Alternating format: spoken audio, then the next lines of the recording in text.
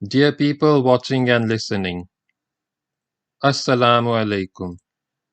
Kindly like and share this video and subscribe to my YouTube channel.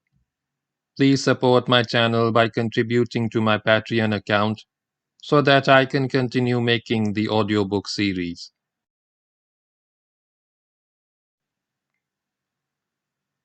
This book tells in detail about the Muslim conquest of Spain under the Umayyad Caliphate from 711 AD to 718 AD. The conquest is also known as the Muslim conquest of the Iberian Peninsula or the Umayyad conquest of the Visigothic kingdom. This conquest destroyed the Visigothic kingdom and established the Umayyad wilaya of Al-Andalus. It also resulted in the expansion of the Umayyad Caliphate and the Muslim rule into Europe. Start of Chapter 16. The Return of the Generals. The year 95 Hijri had not yet ended when Musa bin Nusayr started his journey to Damascus, a journey which would take 5 months to complete. It had to be a long and slow journey because it was like a procession, encumbered by a vast amount of booty and glorified by the large number of captives who accompanied it. More will be said later in the chapter about the captives, but just the treasure is said to have been transported in 114 wagons, which also carried the table of Solomon. This is obviously an exaggeration. One source brings the figure down to 30 wagons filled with gold and silver coins, while another places the coins in 30 skins instead of wagons. The treasure transported by Musa was truly enormous, with necklaces of inestimable value and pearls, rubies, topazes, and emeralds. There were also goods of various kinds and numberless curiosities, the total value of which would be impossible to guess. The wagons preceded Musa on the journey, and the inhabitants of the towns through which the caravan passed gazed in wonder at the marvelous spectacle. With Musa traveled Tariq and Mughis as well as the Caliph's second messenger Abu Nasr. An escort was organized for the protection of the column, and all who wished to visit Syria or Arabia were allowed to join it. It was a sizable column, though we have no knowledge of the actual number of people, warrior or captive, who traveled in it. The column started from Lugo and journeyed to Toledo, then to Cordoba, then to Seville. Here Musa spent 2 or 3 days making command arrangements and organizing the security and administration of Spain during his absence. He appointed his son Abdul Aziz as governor of Spain, leaving with him as wazir, in effect deputy command and prime minister, a distinguished veteran by the name of Habib bin Abi Ubaidah bin Uqba bin Nafi. This Habib was a grandson of the illustrious Uqba bin Nafi, who had conquered the Maghrib more than a generation before and galloped his horse into the Atlantic Ocean. Musa also saw to the organization of garrisons in the towns of Spain. Arab and Berber tribes had already settled in various parts of the country, in most cases taking over the houses and lands of the Spaniards who fought and died or fled or were taken prisoner. These Muslim tribes formed a natural garrison for the protection of the districts which were now home to them. Musa paid special attention to the northeastern frontier, roughly a line running along the southern foothills of the Pyrenees. He made this a single front and placed it under Noman bin Abdullah, who would of course take his orders from Abdul Aziz. Having made these arrangements, Musa traveled to El-Jakiras, where he embarked for North Africa with a large retinue of soldiers and slaves. He landed at Ceuta, and here he appointed his son Abdul Malik as governor of the Maghrib, with Tangier as capital of the province. Then he went on to Kairouan, where he had spent 12 long years conquering and administering Africa and the Maghrib. His arrival at Kairouan, then capital of the entire region of North Africa, took place at about the turn of the year 296 Hijri, which began on September 16, 714. The column was joyfully welcomed by the people of Kairouan. Musa took up residence in Qasrul Ma, the Palace of Water, some distance outside the city. His short stay in the capital was marked by a public display of the riches brought from Spain and a series of meetings and audiences granted to nobles of the land, Arab and Berber, all of whom were given suitable presents. Musa also had a congregational prayer for rain, because Caravan was suffering from drought, and it is said that the prayer was answered by an immediate and abundant downpour. While at Caravan, Musa appointed his eldest son Abdullah as governor of Africa. This Abdullah was the general who had conquered Majorca during Musa's first campaign in Africa. With this command arrangement, all the Muslim West, that is Africa, the Maghrib, and Spain, were ruled by sons of Musa. Having made this last appointment, Musa resumed his journey to Damascus. The captives who traveled with the column, prisoners and hostages of both sexes and of all ages, are the subject of dispute among historians.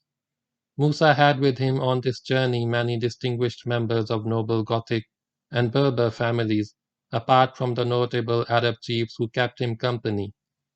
Among the Berbers were the son of Kusayla and the sons of the high priestess, the chieftain and chieftainess who had fought the Muslims with great valor before the arrival of Musa in Africa. We are told that present with this column were 20 kings, probably big chiefs from Africa, 20 Gothic kings, probably lords from Spain, as well as the kings, probably governors of Minorca and Majorca. There were virgins from the princely families of Berbers and Goths, their faces beautiful as the full moon, resplendent in their jewelry. The largest figure quoted for the captives is 30,000.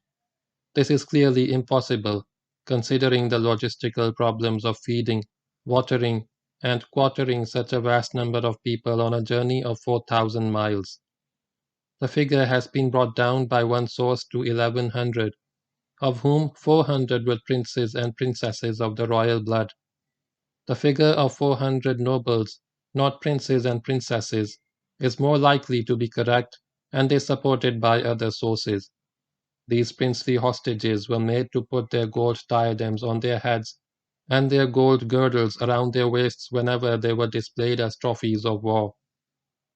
There were actually no princes of the royal blood in the hands of the Muslims, except for one. This was the Gothic governor of Cordoba, captured by Maurice the Roman. Others had evaded captivity by flight and by taking refuge in the mountains or by surrendering to the Muslims on terms which guaranteed their liberty. But even the Lord of Cordoba was not destined to see Damascus. It appears that Musa had talked to many of his officers about the possibility of a major invasion of the land of the Franks and a march across Europe to Syria. Mention has been made in the preceding chapter of his toying with the idea. This came to the knowledge of Caliph al-Walid, who was astounded at the report.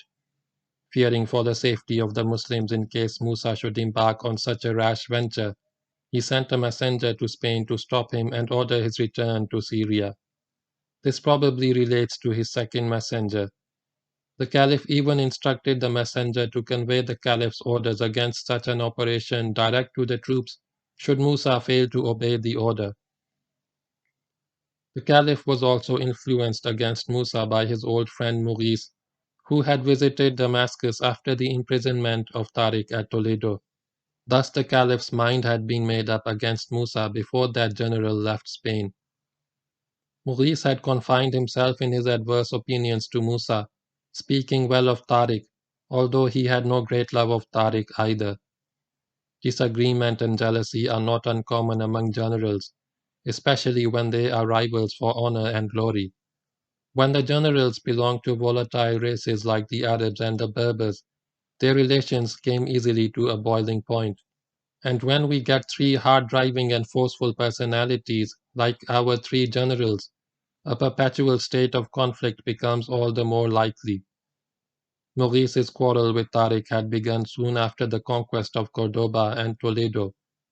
Tariq asked his subordinate general to give him the Christian prince of Cordoba so that he could keep him as his prisoner and present him as such to the Caliph. Maurice refused to part with his royal prize.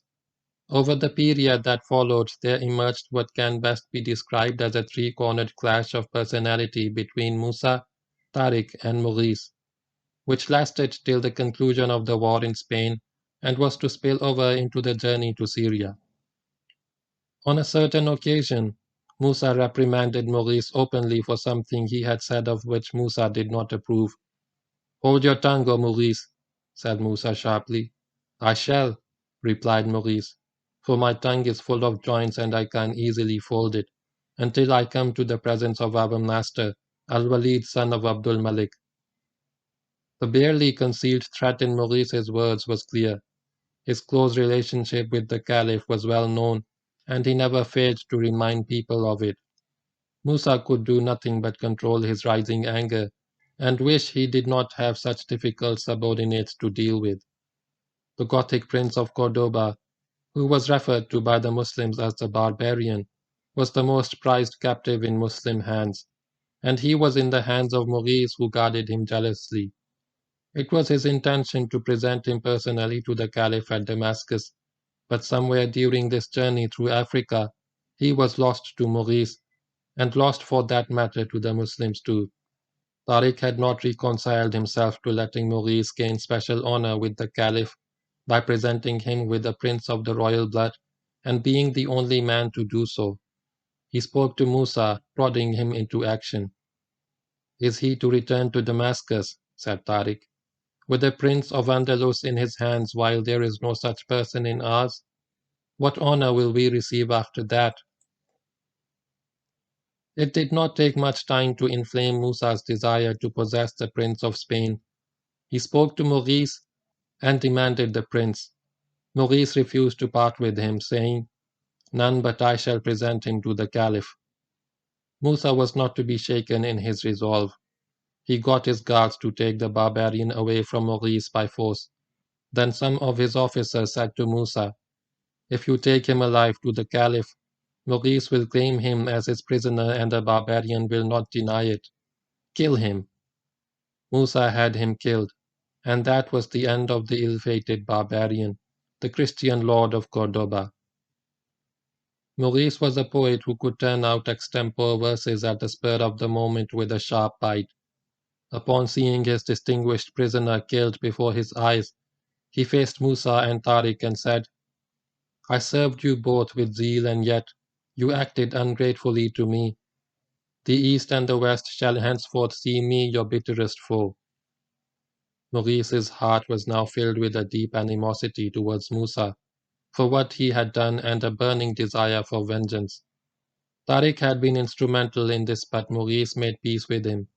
In fact, the two joined together to work against Musa, presumably on the principle that the enemy of the enemy is a friend. What Tariq did not know was that he had not been forgiven by Maurice al. The journey continued. After almost 3 months, on December 7, 714, Rabiul Awal 2496 Hijri, the column arrived at Fustat, capital of Egypt, to receive a tumultuous welcome from the inhabitants. All the principal citizens came to pay their respects to the conqueror of the West and received handsome gifts in return. They included elders of tribes, scholars, and officials. All Egypt gave thanks for the generosity of the returning general. Musa remained in Fustat for a few days, displaying his trophies and enjoying a well-earned rest. Then he took to the road again, on the last leg of his journey to the capital of Islam. This part of the journey was like a slow triumphal march through northern Egypt and Palestine, stopping many times on the way to let the faithful see what their brothers had won in the holy war in the West. The fame of the riches acquired by Musa had spread in the Muslim world, and everywhere the column passed, the populace gathered to welcome the victorious warriors and admire the trophies of war. Such treasures had not been seen before, not since the conquest of Persia in the time of Caliph Umar, when priceless treasures had fallen into Muslim hands. It was when he got to Tabariya, on the west bank of the biblical Sea of Galilee, that Musa received news which caused him a great deal of anxiety. Caliph al-Walid was very ill. In fact, the Caliph was dying. His brother Suleiman was heir apparent and could not wait to mount the caliphal throne. There was little love lost between the two brothers. Al-Walid wanted Musa to get to Damascus while he lived, so that the trophies and treasures which Musa was bringing would be delivered to him and not go to his brother. Suleiman was no less anxious to get them for himself and denied them to the sons of Al-Walid. He also thought that if he received the spoils of war as one of the first acts of his caliphate, it would raise his stock in the eyes of his subjects. At Tabariya, Musa received a letter from the Caliph urging him to hurry. At the same time, he received one from Suleiman telling him to tarry so as to arrive after the death of Al-Walid, which event was known to be imminent. Musa found himself on the horns of a dilemma. If he hastened his march and Al-Walid died in the meantime, he would get no mercy from Suleiman. If he delayed his journey in order to let Al-Walid die, and Al-Walid survived his illness to live on, he would get no mercy from him. It was a difficult choice, a perilous option. Musa told the messenger of Suleiman that it would not be like him to slow his pace, because such an act would mean disloyalty to the reigning sovereign, and he marched on with his captives and his spoils, quickening his pace. Musa was to arrive at Damascus while the Caliph still lived and was in reasonably good condition. He may have guessed that Tariq and Mughis, who had gone on ahead, would have met the Caliph and given him their version of events in Spain. What he did not know was that when Suleiman's messenger conveyed Musa's reply to him, the heir apparent said, "By Allah, once I get him, I shall crucify him." End of chapter 16.